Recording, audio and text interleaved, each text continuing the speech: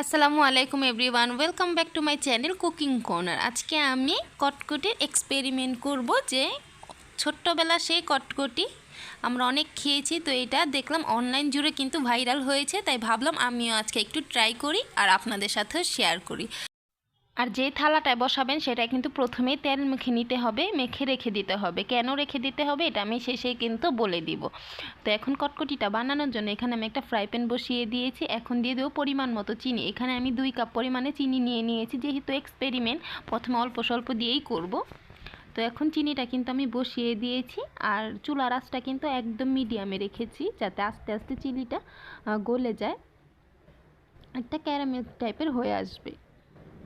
আপনারাও চাইলে কিন্তু এক্সপেরিমেন্টটা করতে পারেন। আমরা ছোটোবেলায় কিন্তু এরকম কটকটি অনেক খেয়েছি, ভাবলাম আজকেও একটু ট্রাই করি বানানোর। তো এখন আমি একটু ভালোভাবে নাড়া দিয়ে দিব, যাতে আবার নিচে লেগে না যায়। তো দেখতেই পাচ্ছেন চিনিটা কিন্তু আস্তে আস্তে গলে আসতেছে। তো এই যে দেখতেই পাচ্ছেন সম্পূর্ণ চিনিটা কিন্তু এখনও গলেনি, যেহেতু আমি চুলার আঁচটা একদম কম রেখেছি।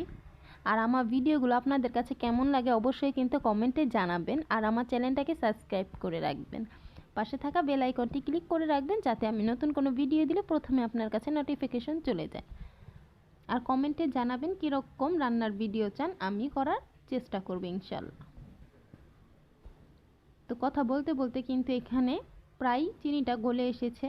এখন একটু ভালোভাবে নাড়িয়ে দিয়েছি। তো দেখতে পাচ্ছেন এখানে গলে গিয়েছে, প্রায় আমার 10 মিনিটের মতো লেগেছে চিনিটা গলতে। এখনও কিন্তু ভালোভাবে গলেনি, ভিতরে কিন্তু দানাদার রয়ে গিয়েছে। এটাও কিন্তু এখন ভালোভাবে গলে যাবে। তো এই যে দেখতেই পাচ্ছেন একদম গলে যাওয়ার পরে কিন্তু এখানে দিয়ে দিতে হবে বেকিং পাউডার। একটু বেশি পরিমাণে কিন্তু বেকিং পাউডারটা দিতে হবে, না হলে কিন্তু চিনিটা ফুলবে না। তো দেখতেই পাচ্ছেন দেওয়া শেষ। আর এই যে থালাটা কিন্তু আমি আগে থেকেই তেল মেখে রেখেছিলাম, কারণ আপনারা যদি এখন তেলটা মাখতে যেতেন তাহলে কিন্তু কটকটিটা ফ্রাই প্যানেই শক্ত হয়ে যেত, অথবা ফ্রাই প্যানে থাকলে পুড়ে যেত। তার জন্য কিন্তু আগে তেল মেখে রেখেছি, এখন যেহেতু এখন যেন আমি তাড়াতাড়ি এটাকে নামিয়ে দিতে পারি। তো এই যে দেখতেই পাচ্ছেন আমি কিন্তু থালাটায় ঢেলে একটু ট্যাপ ট্যাপ করে দিচ্ছি, যাতে গোল হয়। আর এটা কিন্তু শক্ত হতে বেশিক্ষণ লাগে না, 5-10 মিনিট হলেই কিন্তু এটা শক্ত হয়ে যায়। নামানোর পরই কিন্তু শক্ত হয়ে যায়, তাও একটু সময় দিবেন একটু ভালোভাবে শক্ত হওয়ার জন্য।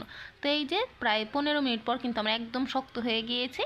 এইভাবে কিন্তু উঠবে না, একটু ছুরি দিয়ে ক্র্যাচ করলে কিন্তু এটা ভেঙে যাবে। তো দেখতেই পাচ্ছেন একদম কিন্তু একটা আমরা যে কিনে খেতাম তেমনই কিন্তু একটা কটকটি হয়েছে।